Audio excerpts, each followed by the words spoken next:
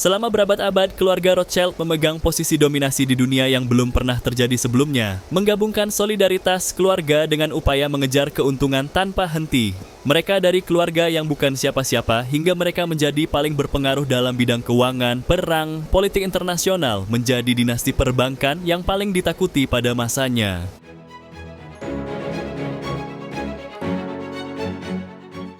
Pada abad ke-18 di Frankfurt, Jerman, di sebuah ghetto atau istilah untuk tempat tinggal warga Yahudi. Seperti kebanyakan orang pada masanya, Mayer Amschel Rothschild tidak dapat memiliki tanah atau lahan pertanian karena rasnya. Maka ia mengikuti jejak keluarganya dan menjadi pedagang tekstil.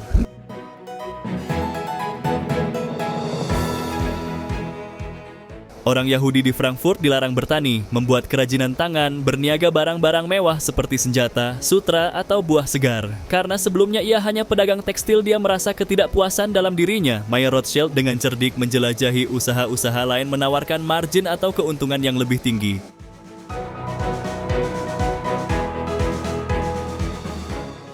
Ia menyadari bahwa memperdagangkan koin emas dan barang antik bisa jauh lebih menguntungkan. Di sini takdir mengubahnya. Mayer Rothschild dengan cepat terbukti menjadi pebisnis yang sukses dan menemukan strategi brilian yang sekarang dikenal sebagai strategi jangka panjang atau front running.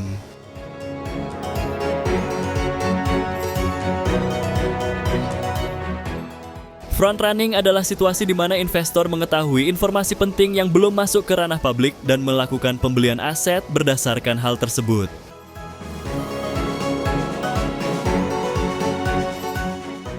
Akhirnya Rothschild bekerja sebagai pialang saham. Klien utamanya adalah Pangeran Prancis, yaitu Prince William dari Hesse-Kassel. Rothschild diminta oleh Pangeran Prancis untuk pengambil keputusan dalam dunia keuangannya. Lalu dia juga menjual koin emas pada pangeran dengan harga 2 kali lipat di pasaran. Sedangkan dia mendapat koin tersebut dari uang pinjaman. Teknik ini dinamakan avant-garde.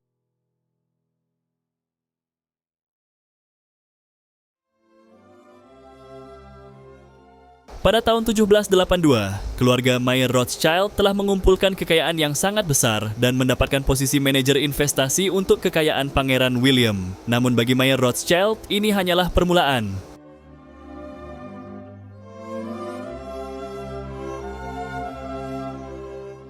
Untuk mendapatkan posisi yang benar-benar berpengaruh di dunia yang kaya raya melalui transaksi keuangan, mereka mencari pengakuan dan kehormatan yang lebih besar. Pada akhir abad ke-18, dia menjadi orang terkaya di Frankfurt. Namun tetap saja itu belum cukup bagi Mayer Rothschild. Dia membayangkan warisan yang lebih dari sekedar kekayaan.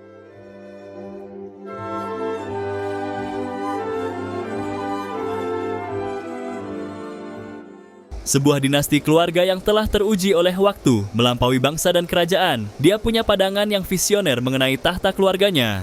Dan saya pikir itulah yang mendorong keluarga ini menjadi sangat sukses dan kaya raya.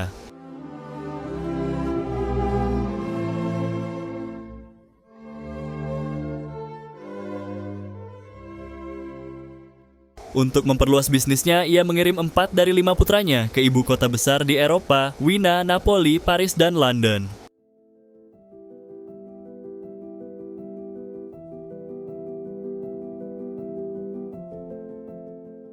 Pada awal tahun 1800-an, Inggris muncul sebagai kekuatan dunia dan membangun kerajaan yang luas di seluruh dunia. Angkatan Laut Kerajaan Inggris adalah pejuang yang hebat. Merekalah yang menguasai lautan.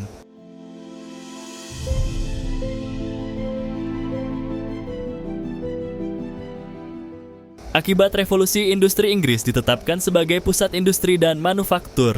Sektor keuangan London menjadi sangat kuat dengan berdirinya Bank of England pada tahun 1694. London menjadi pusat keuangan dunia.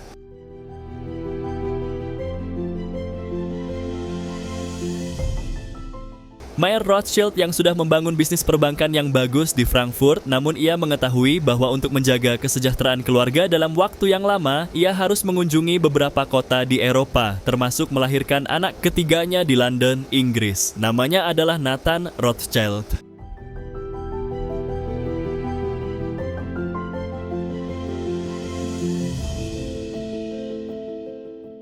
Industri ini terdiri tekstil rumahan dan pabrik yang memproduksi berbagai macam kain, dari katun hingga sutra. Nathan melihat peluang untuk membangun pertumbuhan ini dan meningkatkan kinerja.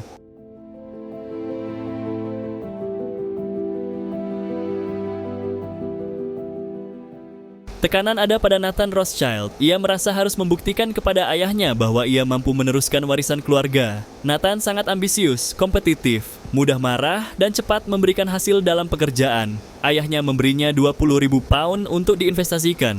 Nathan bermaksud untuk mempercepat proses ini, betapapun diperlukannya. Pada awal abad ke-19, industri tekstil London sedang booming.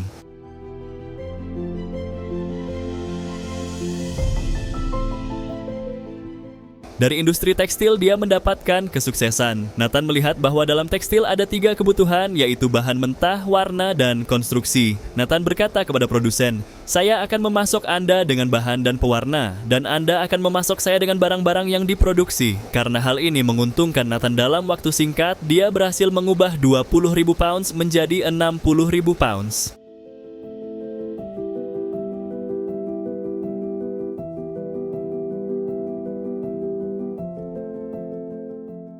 Untuk memastikan pendapatan yang stabil, Nathan juga terlibat dalam penyelundupan tekstil dan logam mulia. Pada tahun 1808, Nathan telah mengembangkan reputasi sebagai orang cerdas dalam manajemen yang luar biasa dan mendapatkan reputasi serta koneksi yang luas.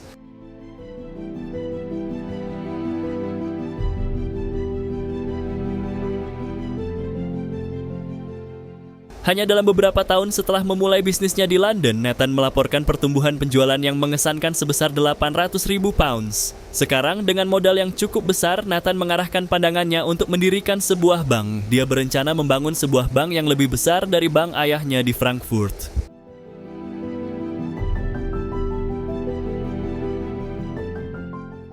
Pada tahun 1812, Mayer Amschel Rothschild kesehatannya memburuk, dan untuk memastikan House of Rothschild tetap makmur, ia mendorong putra-putranya untuk mengutamakan persatuan keluarga mereka di atas segalanya. Ini adalah salah satu fondasi bagi kesuksesan jangka panjang dinasti Rothschild. Ikatan mereka yang kuat sebagai keluarga dan cara unik mereka dalam berbisnis adalah alasan mereka masih sukses hingga saat ini.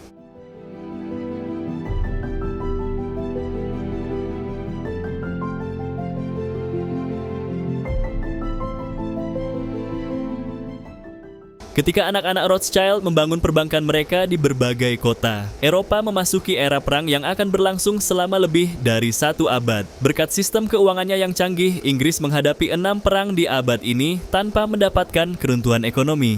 Saat ini kita hidup di dunia yang didominasi oleh satu negara adidaya, yaitu Amerika Serikat. Posisi Amerika saat ini digambarkan seperti Inggris dahulu.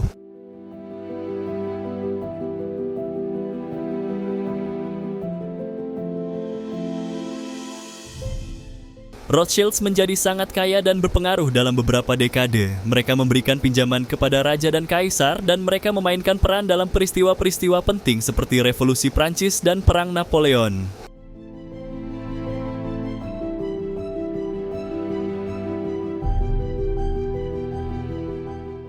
Keluarga ini menjadi begitu kaya sehingga mereka menjadi subjek banyak spekulasi dan teori konspirasi. Beberapa orang percaya bahwa mereka adalah rahasia dunia yang mengendalikan pemerintah dan ekonomi global.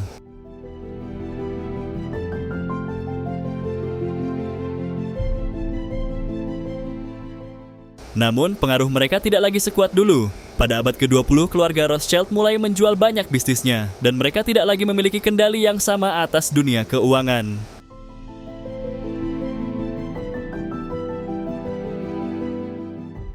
Keluarga Rothschild adalah salah satu dinasti paling sukses dalam sejarah. Mereka telah memainkan peran penting dalam dunia selama lebih dari 200 tahun.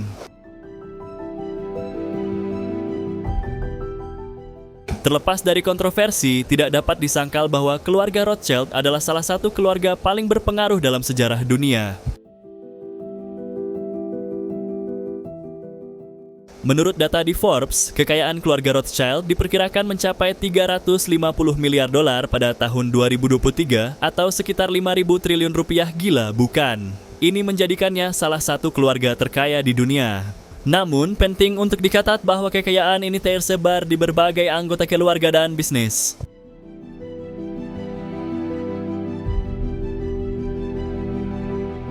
Oke, sekian dulu video kali ini. Kalau kalian mau tahu lebih lanjut, silakan komen dan jangan lupa like, subscribe, dan share video ini. See you!